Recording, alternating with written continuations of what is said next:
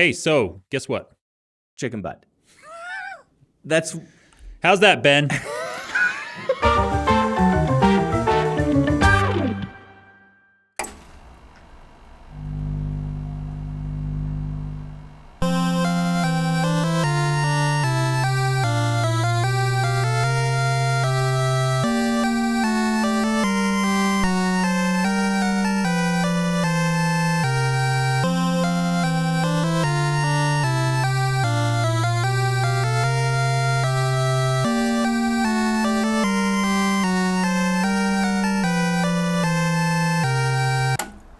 My son says that all Really? the time because Chicken butt. Yeah, because he's neuroatypical and he picks up things that he wants to say, and maybe 3 times a day he says, "Hey, guess what?" And we'll say chicken butt, and he's like, "How did you know?" We're like, "Well, you only do this 3 times a day." And by now, the "how did you know" is part of the rhythm for him. So what is up? What is up is I want to talk about Final Fantasy. Ooh. So did you have an original Nintendo? Did you play Final Fantasy 1? I played an early Final Fantasy that at various points I have called 1, 2, or 3. I think it was 2. Okay. Yeah, I'm Was not there a entirely story? sure. There was a story, and at the very end of it, after all fantasy, you go into a spaceship. Which Okay. one was that? Oh, it's not 3. I played No, this in it's not junior high. 3 US. That's So did it star like a black mage? I don't remember. I Okay. remember that it was. Did it I'm have pretty sure that it was just classes rather than characters with names. That could be That could be 4 is my It thought. could be. Does one you go back in time? You don't go in a Yeah, spaceship. 1 is a time loop. You go in it back in time. Yeah. Okay, it wasn't that. It was wasn't for that. sure a spaceship. For sure, a spaceship. Yeah, And it wasn't. and like a robot came out and talked to you. Oh, Okay. Is that? It could be 6. I mean, you go to the moon yeah. in 6. I was gonna Well, say I've played 6, Okay. and I love 6. That's my favorite Final Fantasy. I know it's not that one. It was much worse graphics than Okay. 6. Okay. Much worse graphics than 6. There's Moogles on the moon in 6, right? Mm-hmm. That's 6. Yeah. And over here we didn't get 2 or 4. No. Well, maybe it was 3 then. Well, right? Except American 3 was 6, right? Was 2. American 3 was 6. Yeah. Okay. American 2 was 3. American 3, yeah. Okay, it was probably American the 2 2 was was three, 3 then, Yeah, it's got to be. which That's is what why I it's can never gotta remember if it's 2 or 3. But that it did have. I don't think you picked your classes. You did in 2, the real 2, not in 3. No. Look it up, or is it 4 that was 2 for us, Well, I was Donald? gonna say 2 is where it's a 3-party system. Yes, and So- you pick your class, and 2 is Spoony Bard. No. Oh, okay. Sorry. Right? I'm thinking Japanese based. 2, Yeah. you don't get to pick class in Japanese. 4 is Spoony Bard. So 4 that- is Spoony Bard, but Spoony- Spoony Bard didn't come to US. 4 is Spoony Bard because I remember looking at this over the Final Fantasy spoilers that they were just Oh, putting no. out for Magic. So Okay, so Spoony Bard. Is now we Spoony have- Bard in one of the magic cards? Yes. Oh, They so do they? So they haven't released anything that directly says use Spoony Bard, but the enemy that does say it, they've Okay. given him a card pointing at the bard. Spoony Bard is Final Fantasy IV, Mm-hmm. and that's one of the ones that didn't come to the US, right? I'm hesitant to say yes, but I'm pretty sure you're right. Because I played that one late on my phone when I'm like, oh, I never played this one. So So I'm double checking now because there's a whole lot of them. Okay, Mhm. it didn't drop in North America until 01. So 4 was yeah, first released in Japan yep. in 07. Or, Mhm. sorry, in 97. Okay, so it's got to be 3. Well, I look it up. Now we're spending all our time on Yeah. on phones. We should have done this A before. space Yeah. station. Apparently, in number 1, you go on a space station. You do.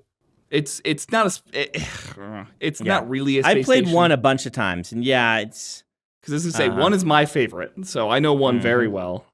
Okay. Well, do you go on a space station and a robot talks to you? No, you go into like an aerial ship and you fight. You're not thinking Chrono Trigger, are you?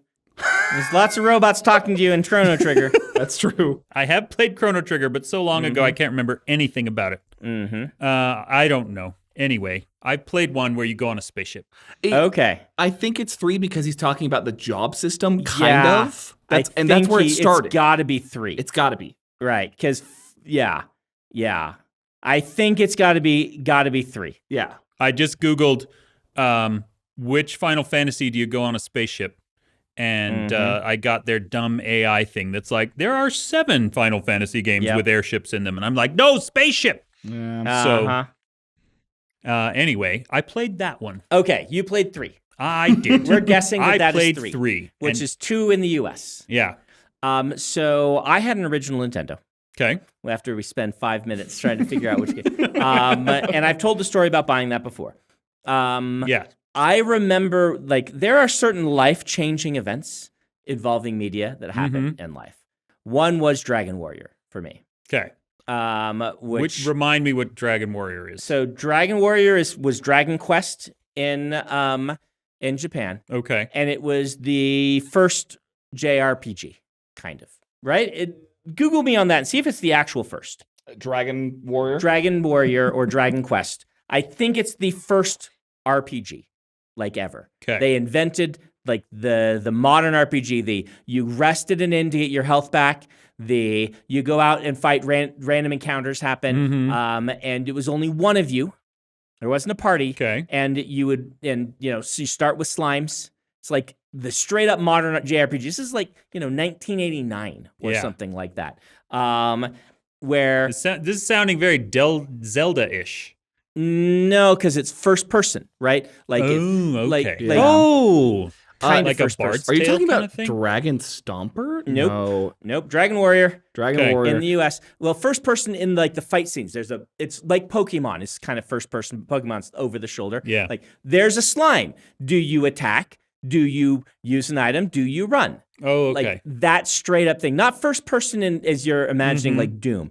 But it's like, there's a thing. And you're like, oh, I used my sword. You did 13 damage. It hits you back for this. Your life bar went down. Like, actual JRPG stuff. Okay. You are not finding this? How are you not finding this?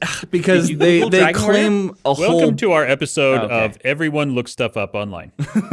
Well, it's one of those things where they credit so many different ones. I think you can confidently say it's one of the first. Easily. Oh, so I get it. You're looking for what is the first RPG? A 1986 role-playing game.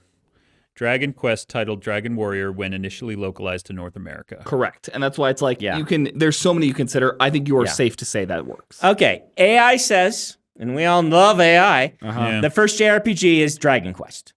JRPG. Yeah. The first all right. First JRPG. Which is this one that we're talking about. The first, like, JRPG style video game. And I played that, and it was one of those life-changing things where I'm like, wow. It's like, I didn't know a video game could do this. Could feel like this. And I leveled up my character to level whatever the max level was, and I went to fight the boss and just killed him in one hit, and I felt so cool. And you had to find the golden slimes, because if you killed the golden slime, like, certain things happen. The golem, the gold golem. You look for the gold golem. If you randomly got one of those and you killed it, you just got all this gold. It was really fun. And so when Final Fantasy came out, it was very much marketed as, if you liked Dragon Warrior, here's another game for you. Instead of just having one person, you get to pick 4. And you get to pick any 4 that you want out of this list. And so I, like, immediately bought it. Yeah. One of those insta buys for me as a kid. And I absolutely fell in love with that game. Awesome. I have beaten that game. Like, I've played that game more times than I do a lot of things. Like, it's probably only like 5 or 6, but that's still, for me, like, I don't reread books. I don't watch movies over and over. Having played that and done the 4 white mage run, having done the 1 character run, which is 1 character runs are really hard. Wow. I did it with a black belt, I think. Really? Yeah. That would make sense. Did you choose black belt because it would be harder? I don't remember why I chose black belt. Okay.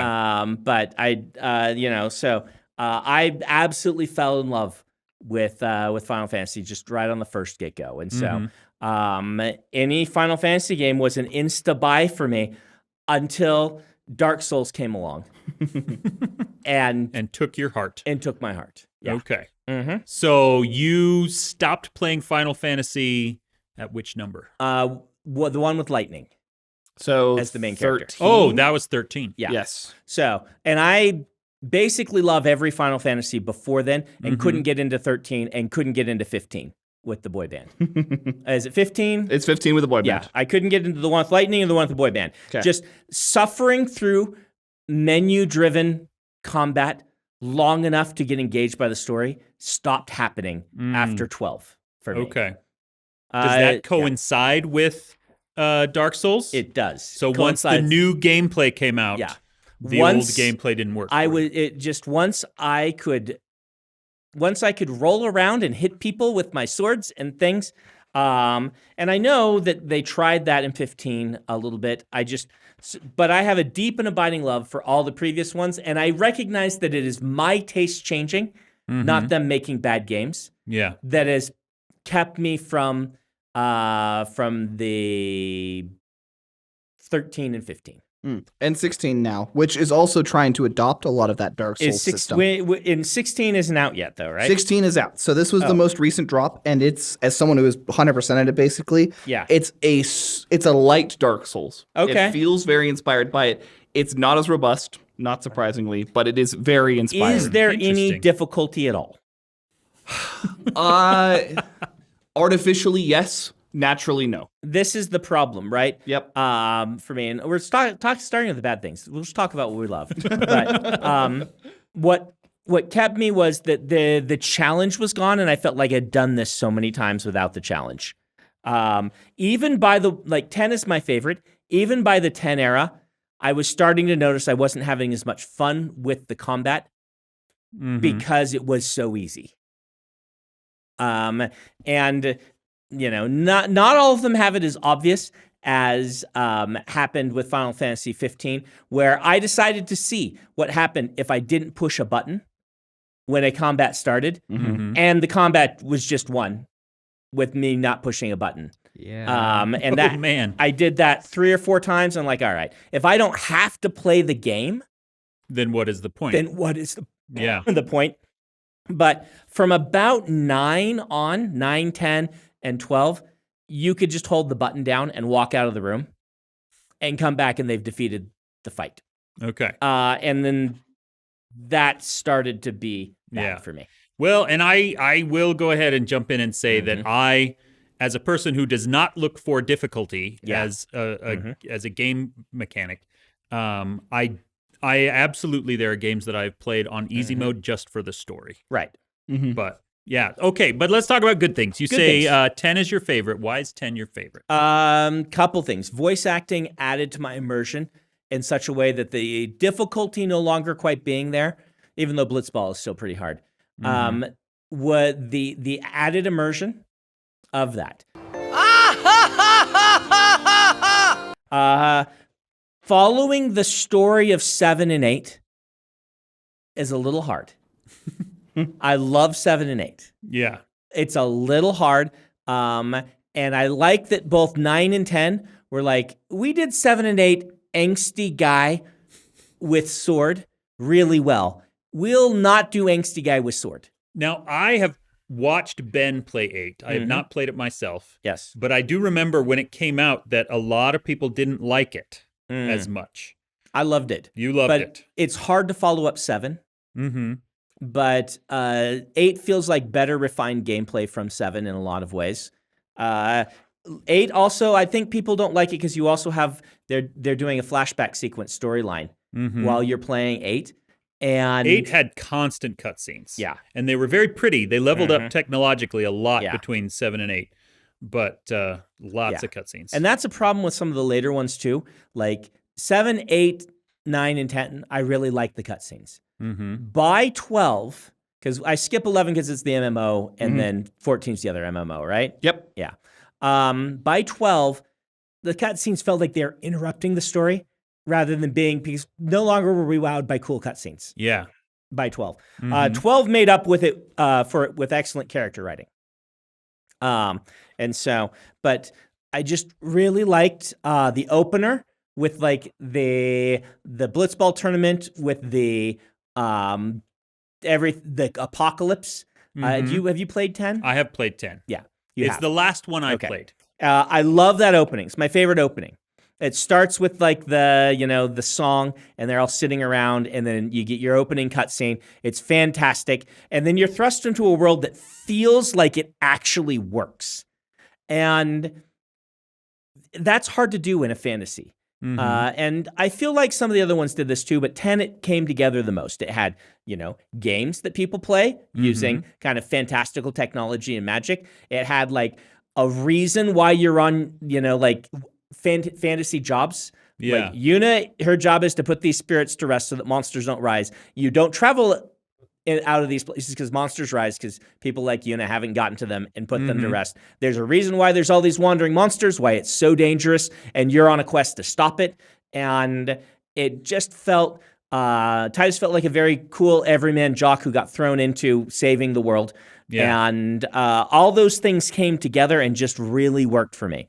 I do think 10, in my opinion, has the best world building out of any of the Final Fantasies. I would agree, but it is my favorite of them. Yeah. So. 6 is still my favorite because I loved the story and I loved the characters. 6 is the other best story that you can follow and does audacious things and is cool. So yeah, I agree with the internet on 6, but 10 is still my favorite. It is interesting to me that 6, 7, and 10 are the ones that are so often held up as the best ones. Yes. Well, and I was not surprised at all to see those plus the MMO are the ones Magic seems to be focusing on as they do their adaptation. Yes, I was going to, sorry to interrupt. 14 is heralded as one of like the best stories.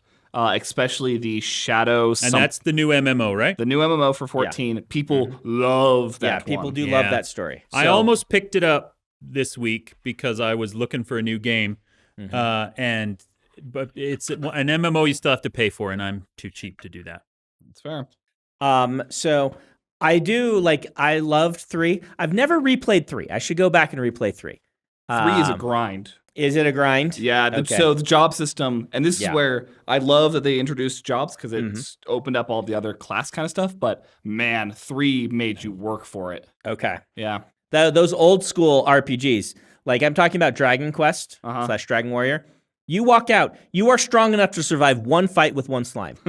If you don't use the money you get from that slime to go back and rest at the inn, you will die in your next fight. Wow. So your gameplay loop for that game is go out, fight a slime, go back and rest. Go out, fight a slime, go back and rest. Go out, fight a slime, level up, go back and rest, come back out. Now you can fight 2 or 3 slimes. Right? Like, it's very much that whole power scaling thing that that is not difficult, just a grind, but it passed for difficulty back in the day. And so 6 was, I like 3, but 6 was also mind-blowing, right? Like the mid-game reset button, we failed, the world ended. Is so cool. And the little sequences that it does, like the opera, is still one of my favorite the opera is so good. Video game scenes ever. The opera is so good. When the mechs first assault the city is such a good, and it's all done with little pixels. And back in the day, we're like, this is peak cutscene storytelling. This is the best. Have you played the remake of 7? No, I have not. I am so tempted. Because what they've done is they've broken it up into, I think, 3 games. I don't know if the third one's out yet. It is currently in development. Yeah. And the first one, it costs like $50 or whatever, and it just gets you through like the tutorial stuff from 7. No, it gets you out of the city. It puts you right up to out of Midgard. the city. Yeah, and then the it second takes you one to Act 1, end of Act 1. Yeah, the second one I guess is just Act 2. It's the overworld and so stuff. So is the second one, Donald? It's okay if you give me spoilers on this. Does the second one it end where you get an airship? Like, is that the end of Act 2? No, end of Act 2. Oh.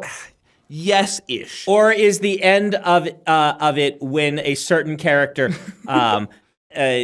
does a thing. Possibly does a thing. Does a thing. Is that the end of Act 2? Yes. And is that the end of the second game? That is the end of the second game. Now, a very important note is that they are trying not to just directly remake it. They are clearly going the whole... They're adding some stuff to it. They're adding some stuff to it, but they, of course, are going to end their second game with the very iconic... The most iconic scene in any Final Fantasy game ever. Yeah. Yes. So have you played them, Donald? I have 100% of both of them, so yes. Okay. Are they worth it?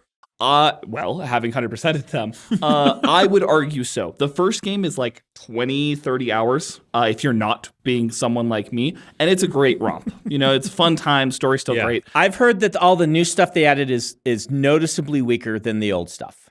This is where I will kind of agree. The first one was a lot more streamlined. I think they did a great job with the first one. The second one, they clearly were like, oh, people love the mini games. Why don't we just make all the additional content mini games? If you practically ignore that and just play through the main story and enjoy it, probably another 40 hours, and it's great. It's a lot of fun. They really do the characters faithfully.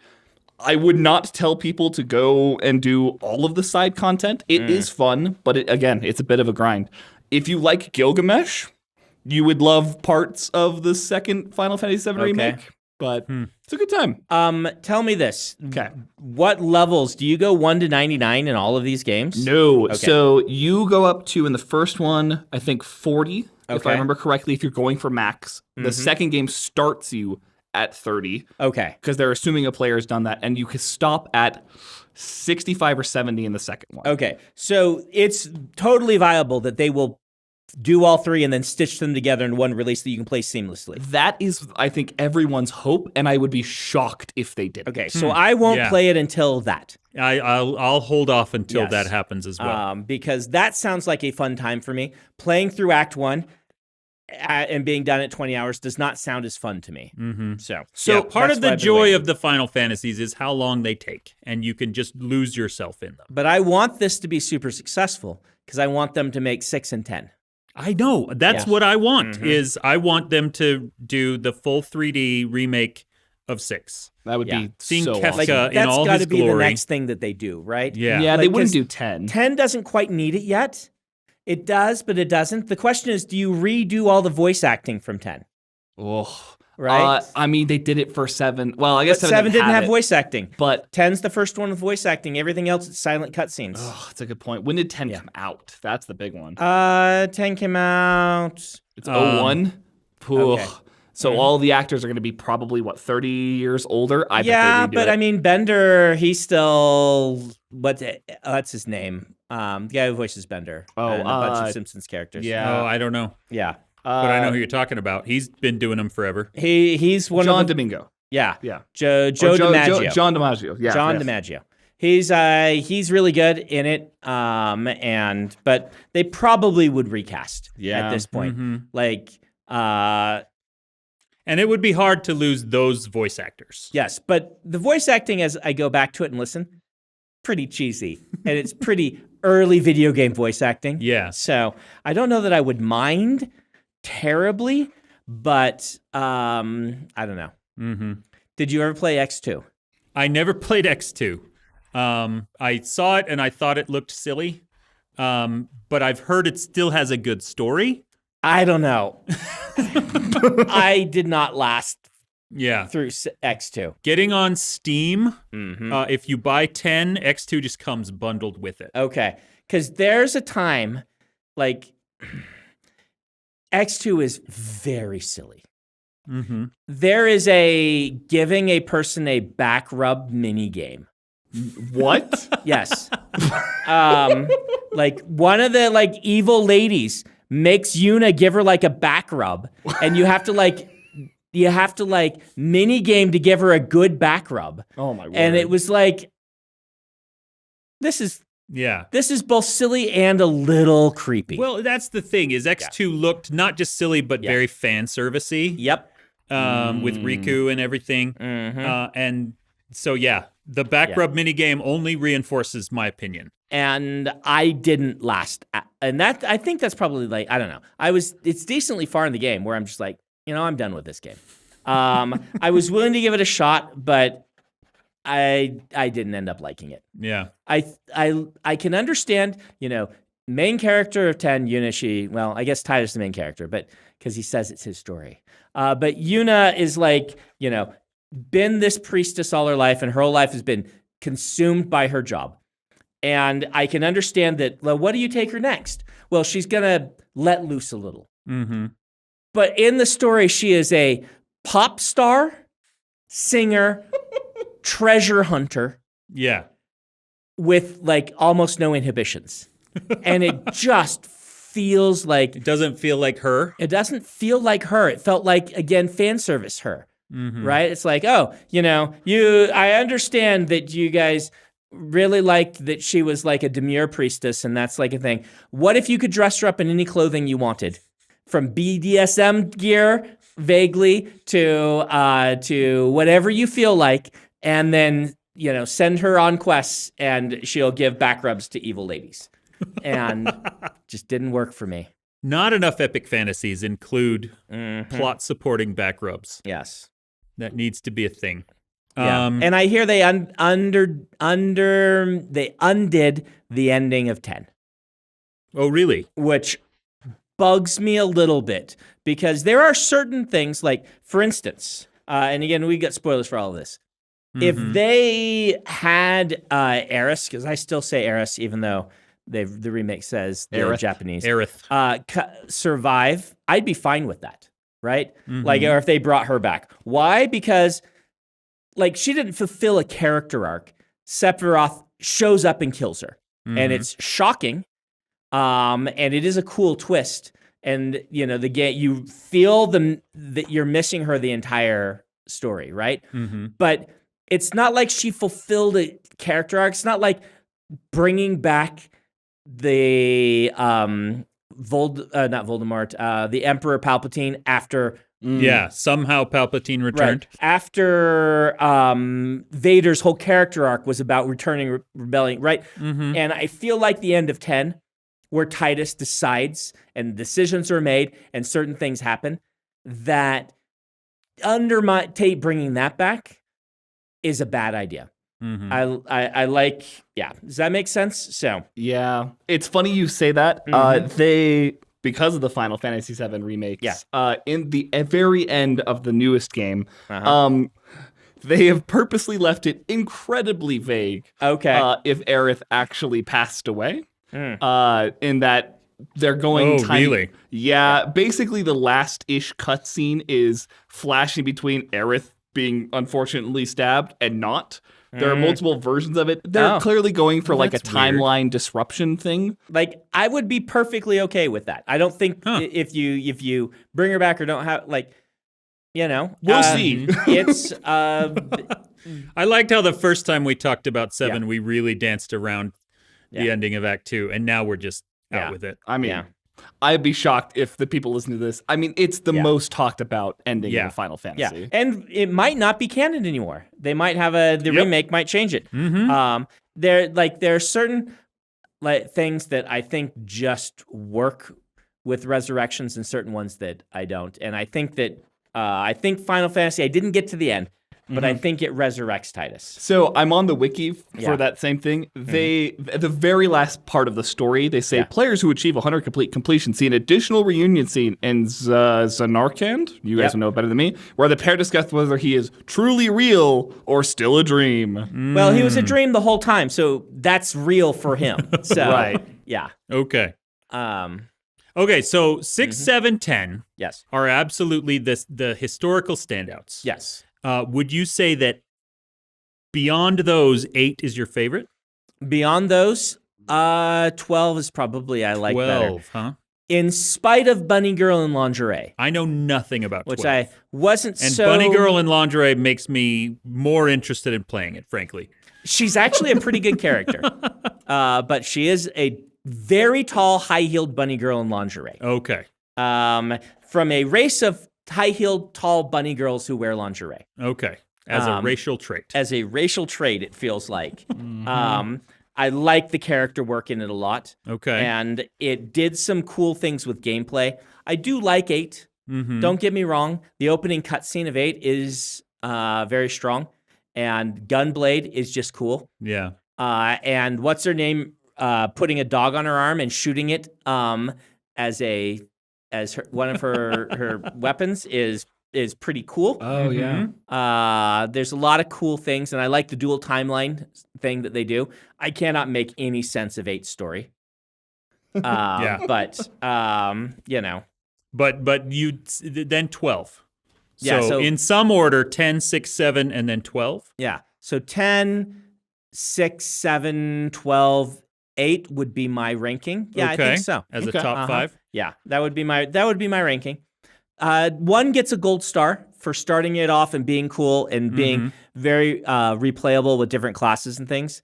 Okay, the one that very different type of game. The one we have not talked about at all is Final Fantasy Tactics. Nope, never played it. Never played that one? I tried it. I don't like tactics games. I love tactics games and still never played it. I have it on this iPad, the iOS port for it, and I just haven't ever found time to dig into it. Yep. Final Fantasy Tactics, Fallout Tactics. Do you guys love them? I could just never get into them. I dig me some tactics games. And it's just like Fire Emblem, right? Yeah. Okay. Yeah. Or Fire Emblem's like Fire Emblem is trying to recreate Final Fantasy Tactics. Yep. Spirit Within. What did you think of the movie? You saw it with me, I'm pretty sure. No, I've never seen it. What? We went as a whole friend group. What were you doing? I don't. I was married by then. Well, you were married when I met you. No, we met slightly before. Okay, slightly before you got married. Yeah. I don't was remember there. what I was doing. I remember you all went and saw it. Yeah. I have never seen the movie. Okay. It's not great. Yeah, that's why I've never seen the movie. The visuals are pretty cool. But they do have a bit of the hollow-eyed mannequin look to them, even with all the Final Fantasy stuff. It does not feel like Final Fantasy is the problem. It's old enough that the CG, was still very plastic and still very dead-eyed. They have monsters that when they hit you, they pass through you and they pull your soul out. That turns different colors and is that why they call it Spirit Within? Yeah, something like that. That's part of that, but it looks so cool when the monsters. But there's no fantasy. It's just a straight up science fiction. Oh, really?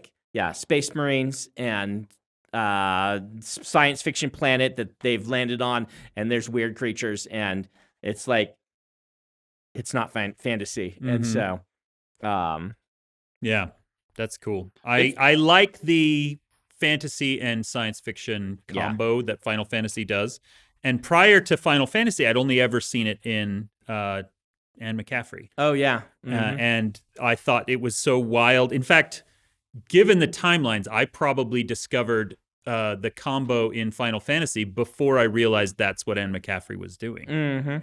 And so I probably met it there first, and I love that. It felt very subversive to me at the time.